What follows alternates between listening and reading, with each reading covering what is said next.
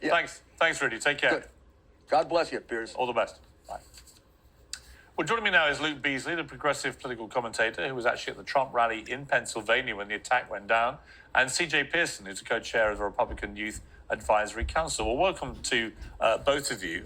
Luke, I can't imagine what it must have been like to have been in that audience for what should have been a pretty routine rally, and to suddenly realise there was an assassination attempt unfurling on the president. What is your recollection of what went on there?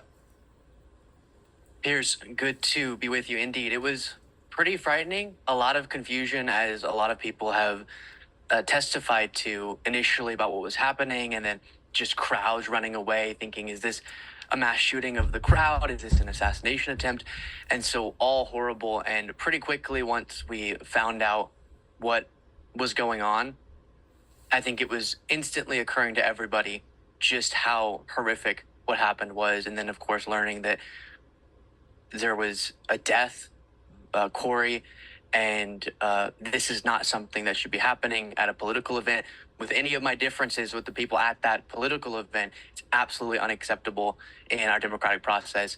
And that very quickly occurred to us, and I think was my overwhelming reaction. Joe Biden addressed the nation last night, but he didn't address comments he made to donors that were reported last week, where he said it's time to put a bullseye on Trump. As a Biden supporter, are you pretty horrified about that rhetoric? I'm not saying for a moment Trump hasn't used language that's been completely wrong as well, but simply the President of the United States using that kind of language literally days before somebody does put a bullseye on Trump seems at best extremely ill-advised and at worst dangerous. Yeah, I think for everyone, this is causing us a little bit to reevaluate and do some introspection about how we speak about these things. I saw Congressman Dan Crenshaw mentioning we've gotten so used to speaking about politics as if it's a war, a battle, and all of these metaphors that align with that. As you mentioned, Biden is not an exception there, very common, but I do think Biden should rethink. It seems like he is. He delivered a pretty strong and unifying message a couple times already about this. And people across the political spectrum should think about how do we have these political debates, because they're important and these issues matter, without giving the types of nuggets to be put into the minds of people who are deranged and want to do deranged things.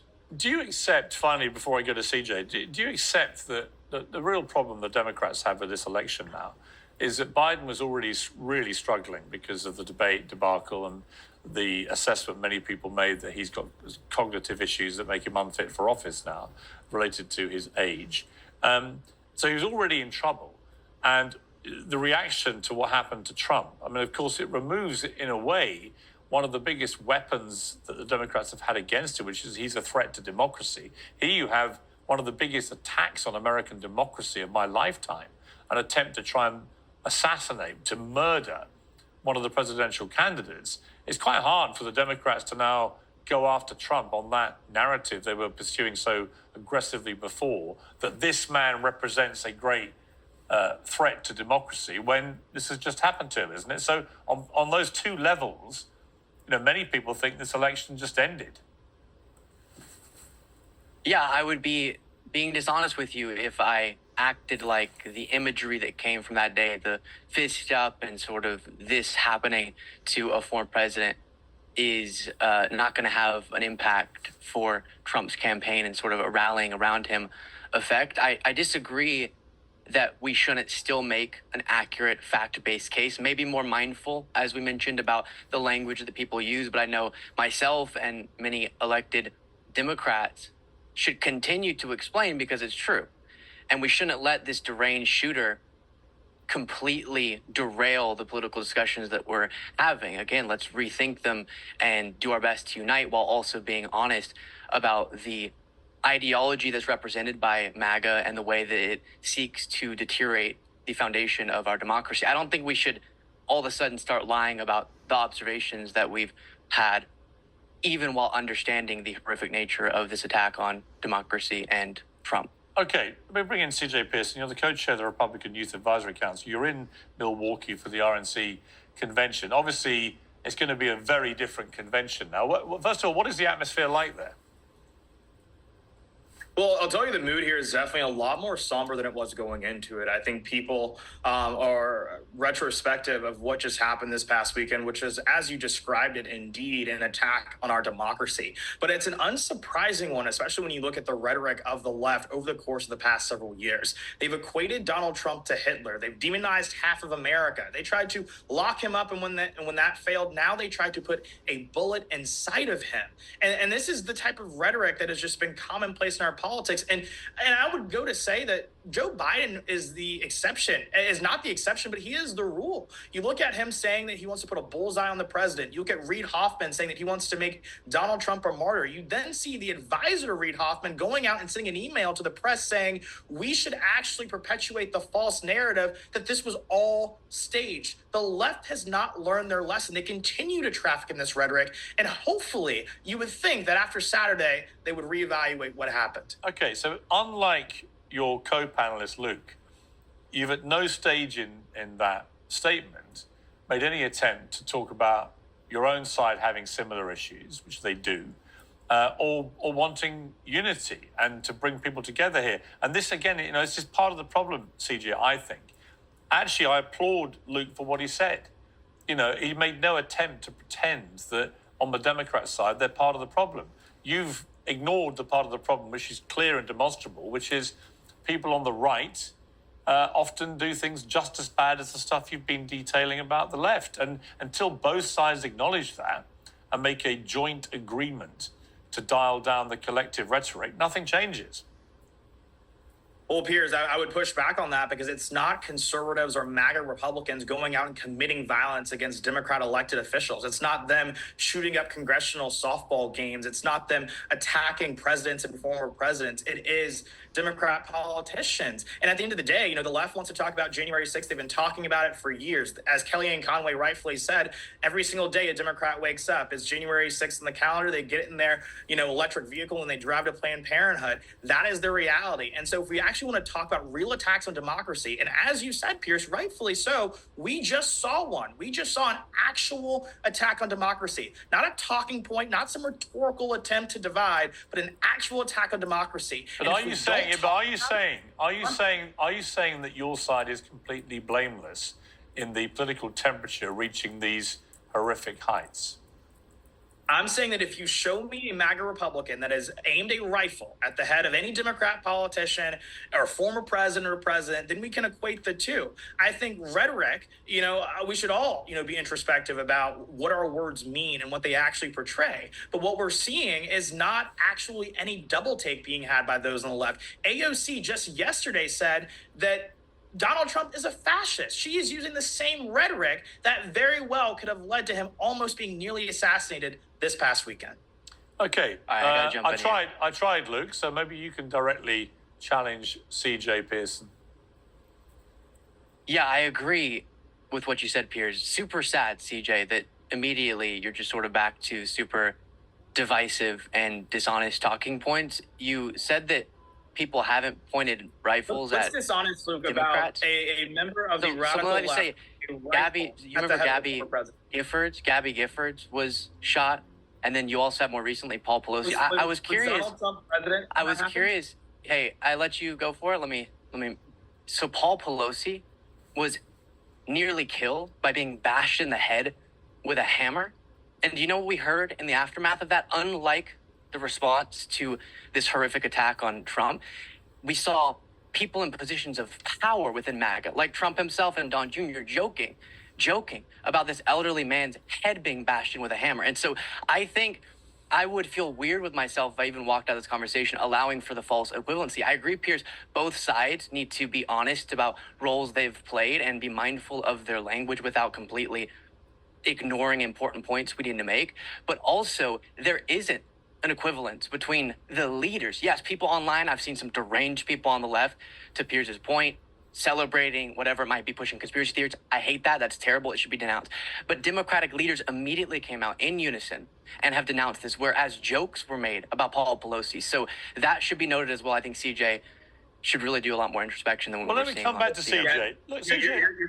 you're comparing apples to oranges there. Paul Yeah, but CJ, Pelosi but being attacked by some CJ. random man Well, the is truth not is the that escape yeah, of the Paul, fact.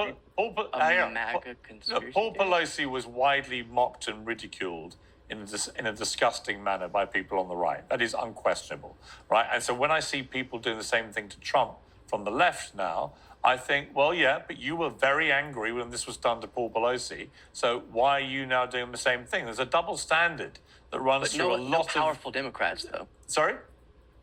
No powerful Democrats. Well, Trump was a I powerful don't really care if they're Republican, powerful or not. Pelosi. I just think that I just think if you're interested. Trending topics on X this past weekend, how could you miss? Like, regardless of whether or not you want to play this game where you it's not Democrat leaders saying this, it's not Democrat elected officials saying this, it is the progressive left. Well, you can find a actively random person the base of online your saying party anything that- all I of let the you time. talk, That's Luke. just Let me talk. characteristic. Luke, I let you talk. All right, go for the it. base of Yeah. your party is actively musing as to why they did not allow this shooter to finish the job. That is your party. That is your base. And it doesn't matter if Nancy Pelosi releases Which a prominent flowery Democrat? statement.